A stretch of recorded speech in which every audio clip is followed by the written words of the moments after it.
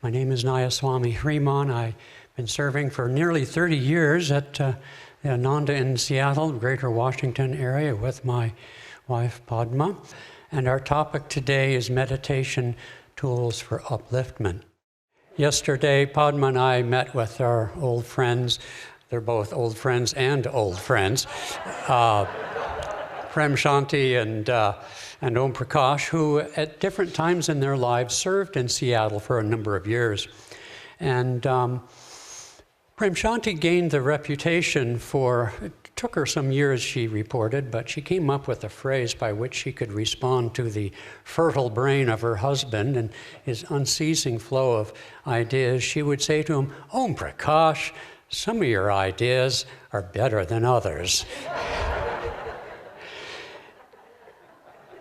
You know, our beliefs, as Master would put it, won't save us. And we have all the ideas we need, don't we? There's not one global problem or one personal problem that there isn't a solution for. As Yogananda is well often quoted, there are no obstacles, only opportunities. What we need is something of a greater idea, the greater idea of who we are and where we've come from and where we're going to. And so in our meditation teacher training in Seattle, we give out, we have two pieces of advice. One is the great mantra that Swami Kriyananda taught us. It's 3 words: I don't know. Because meditation teachers, when they're new, are probably in the greatest fear of being asked questions about esoteric matters of the chakras and this kind of thing. And the other counsel we like to give is, don't forget to meditate when you teach a class. You know, it's easier to talk than to meditate. And to talk about meditation is easier than to actually meditate. In the years where Swami Kriyananda would do all the classes for Spiritual Renewal Week, he would always give a class on how to meditate. And sort of by contrast to the talking versus meditating, his talks were so inspirational and so full of interesting tidbits of one sort or another that the talk was itself the motivation to meditate. But meditation's actually not that complicated. So in an hour-and-a-half talk or longer, he maybe would get to watching the breath in the last 5 or 10 or 15 minutes. It isn't that complicated. But yet, we resist. The soul loves to meditate, but the other guy, the ego that's been talked about this week, seems to have a resistance to it. You know, we can huff and puff and pranayama our way through our meditation practices, and then when we get to what we call in our training the 3rd stage of meditation, which is when we drop all the activity and try to enter the state of being, sometimes that's a little short. And we're encouraged, of course, to deepen that. It's the hardest part of meditation, because the techniques themselves aren't that complicated. And yet we do resist. In my training, maybe hundreds of students over nearly 30 years, occasionally a student would say, in respect to a description of the 3 stages of meditation, "Oh, I just love sitting in the silence." But, you know, you have to be careful about that, because what it felt to me is what they loved was being me and just being themselves. And so much of meditation that is taught out there, you know, when Swami Kriyananda, 30 years after The Art and Science of Raja Yoga, which is an incredible book. I mean, I taught it for decades, and now Murli Venkatrao has taken over that, and all of us who have taught from it, I mean, there are sentences in that book that you could meditate on. One of them, I'm not going to talk about it, but I've meditated on, so to speak, is his definition of Kundalini. He said, Kundalini is the entrenched vitality of our mortal delusion. Because you see, in my meditation teacher training and when Padma does her spiritual counseling, you know, there's a lot of books over there that have picked up the mystique of Kundalini and made a big thing about it. But as Master said, every time we have a kind thought, Kundalini stirs and awakens. It's not that complicated. But as we also say in our training, you have to want to meditate. And that's an important point because it gets to the motivation.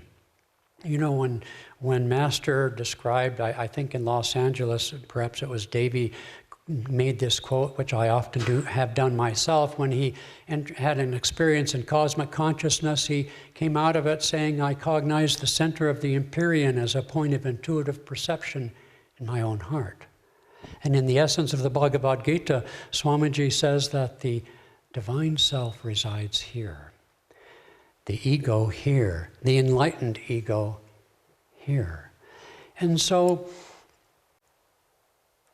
our practice of meditation is to transcend all, yogas chitta vritti nirod, is to transcend all movement.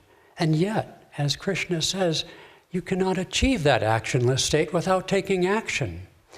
You know, in our path, you know, all the elements of practice are there, but I've found it helpful in my motivation and my understanding of meditation to see the self-realization techniques, Kriya and so forth, as a form of karma yoga. Of course, we need devotion. Of course, we need right understanding and intention. Yes, of course. But, you know, in 1975, when I visited Tiruvannamalai to Ramana Maharshi's ashram, which Murli and I visited again just 2 years ago, I was quite taken in my early stages before the autobiography. I read Paul Brunton's book, A Search in Secret India, and I was quite taken by what is sometimes called the path of Jnana Yoga, what he called the practice of self-inquiry. But you know, Ramana Maharshi didn't give any techniques. And in my own experience, and Swami Kriyananda would say that Jnana Yoga is really a practice or a state for advanced spiritual souls. And if you ever sit there and ask, who am I don't know about you, but it really doesn't take you very deep or very far. And it's the energy, it's the prana. I love that song by Swami Sri Yukteswar. Let pranayam be thy religion. Pranayam will give thee salvation. Our path is a path of pranayam. Lahiri, I don't know that Lahiri used this term but necessarily, but I've heard it in the context of his commentaries and his diary, that another way of calling what we do could be prana karma, because we move the energy like an energization, but in truth, the energy moves us. You see, the chakras in the astral form, I mean, just like your liver or your spleen, what's it doing right now? You don't have any idea how your digestion is working. We're just a small fraction of what is true. Reality is infinite, and that's kind of big. And so to reach that state where you can actually, with courage, open up to that which is so much greater than ourselves, does take courage.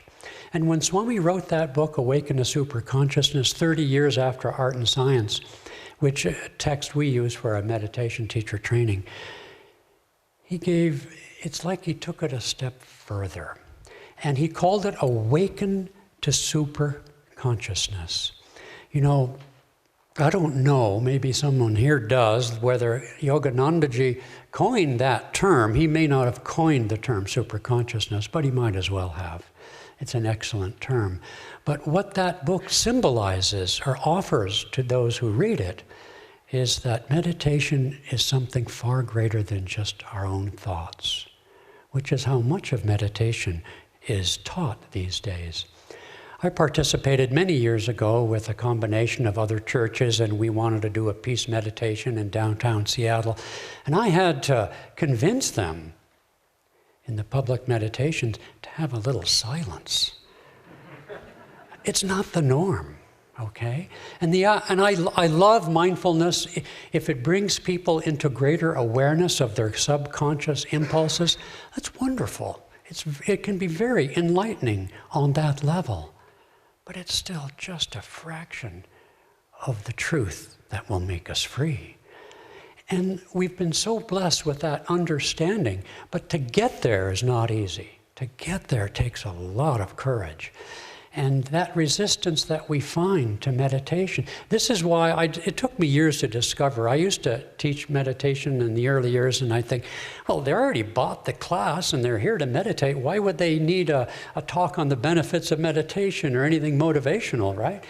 Well, hey, every one of us, every day, needs to remind ourselves why we want to meditate. And so the why of things is actually very, very important.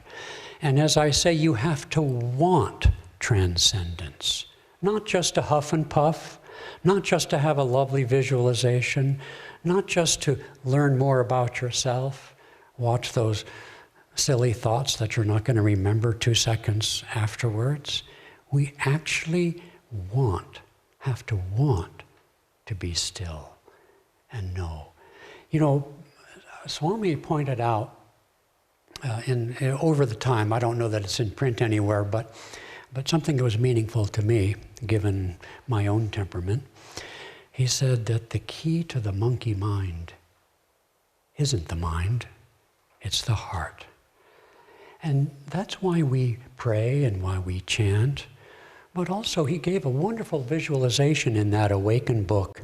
It's be a spiritual archaeologist. And I use it often because, you know, most of the time, I mean, nowadays everyone talks about anxiety and everyone's busy, busy, busy. The business of America is busyness. How are you doing? Are you busy? I mean, who cares? I mean, is it difficult to be busy in this culture? I don't think so. And so it says, be a spiritual archaeologist and dive deep. I think his reference was his experience in Capernaum in the Holy Land. He said, I dive down to the layers of culture into the living presence of Christ. And he used that experience to give this guided visualization, to drill deep down, step by step, past the outer layers of anxiety, of fears, of desires, you know, the junk, the stuff, and go down. And to do that at the beginning of your meditation, in addition to a prayer, and if you chant, in addition to a chant. Because you're bringing the prana, you're bringing the energy of yourself in. Bring it in through the door of the heart. I think that's one reason, at least I'm going to say it's one reason, that Swami would always chant, door of my heart. Because when we open the door of the heart, when we're content, when we're at rest, when we're at peace, the monkey mind says, cool, I'm with you. It just sort of settles down. That's the key. You know, the other thing is, we've been talking, a few of us in Seattle, I don't know why these topics arise, but, you know, Swami has made statements over the years that he didn't really have a lot of inner experiences and seeing portions of the spiritual eye.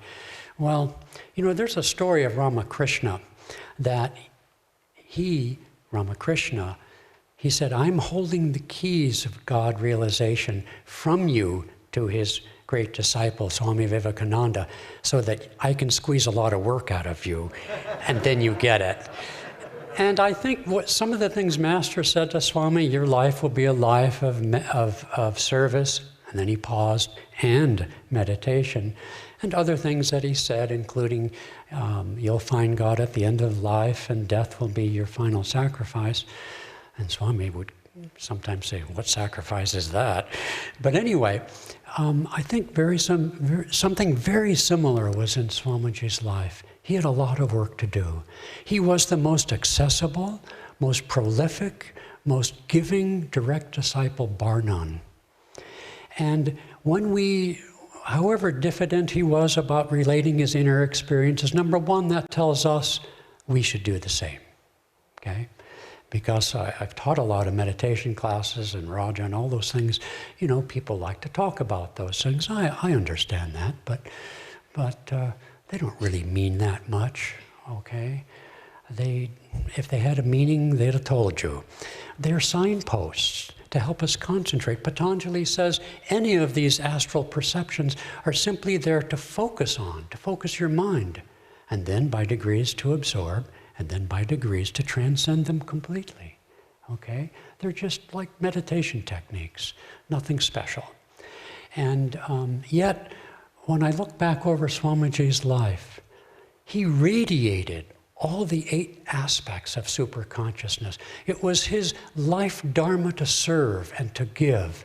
And you know, the 8 aspects align more or less comfortably with the chakras. So the low coming up from the bottom piece emanating through the Muladhara chakra. Well, Swami would sometimes say, peace is my bottom line. Meaning he would not do or say or feel anything that would disturb his inner peace. Wisdom. I mean, look at all the books he wrote, thousands of lectures.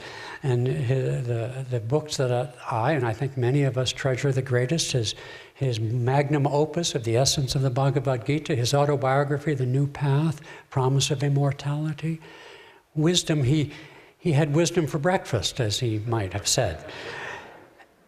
Vitality, energy.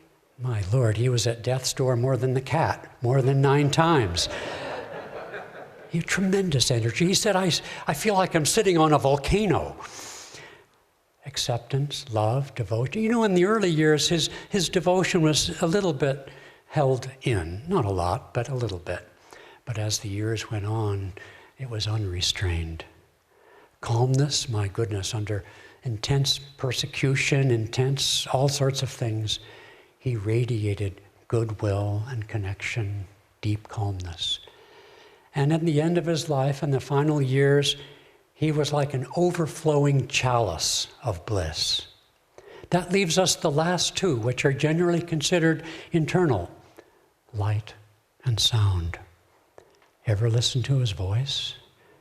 If that wasn't the voice of Om, his music, 400 pieces of music, his chants, even his photos radiate light through the eyes especially. He radiated. He was a crystal clear prism, a crystal of superconsciousness. And his dharma was to radiate that. And to say that he didn't experience it is foolishness. He was it. He didn't have to emphasize it. He didn't have to pursue it. He was it. You know, ideas, we have plenty of ideas. In my own relation with him, ideas were sort of, you know, for some reason I often found myself driving his car. In the early years, he would drive the car and I'd sit there, but one time when he was driving, he was playing this beautiful album, which I love and I recommend for those of you who want to learn the harmonium, Kriyananda Chants Yogananda. And on that album is, Will That Day Come to Me? And on the album itself, he barely can continue. He went so deep into it. So we're listening to this album, and what did I say at the end of the album? I came up with this deep thought. I said, Swamiji, you forgot the line, 1,000 Vedas do declare. He just looked at me and just didn't say a word. Then one time I asked him, well, you know, if you need a guru to become realized, how did the first guru ever get realized? You should have seen the look. You know, when I read the autobiography the first time, I didn't really think consciously about this, but I just had this feeling that Yogananda was Jesus Christ. It was an unexamined feeling. And so one time we were together and I asked Swami, I mean, he said other things years later, but long ago, well, you know, Master had visions of Jesus Christ, right? So I'm thinking to myself about what I had felt when I first read the autobiography years before that. So he couldn't have been Jesus Christ, right? He said, oh, heavens, no. You can call out from the ether. In infinity, past, present, and future exist simultaneously. So no, that's by no means definitive.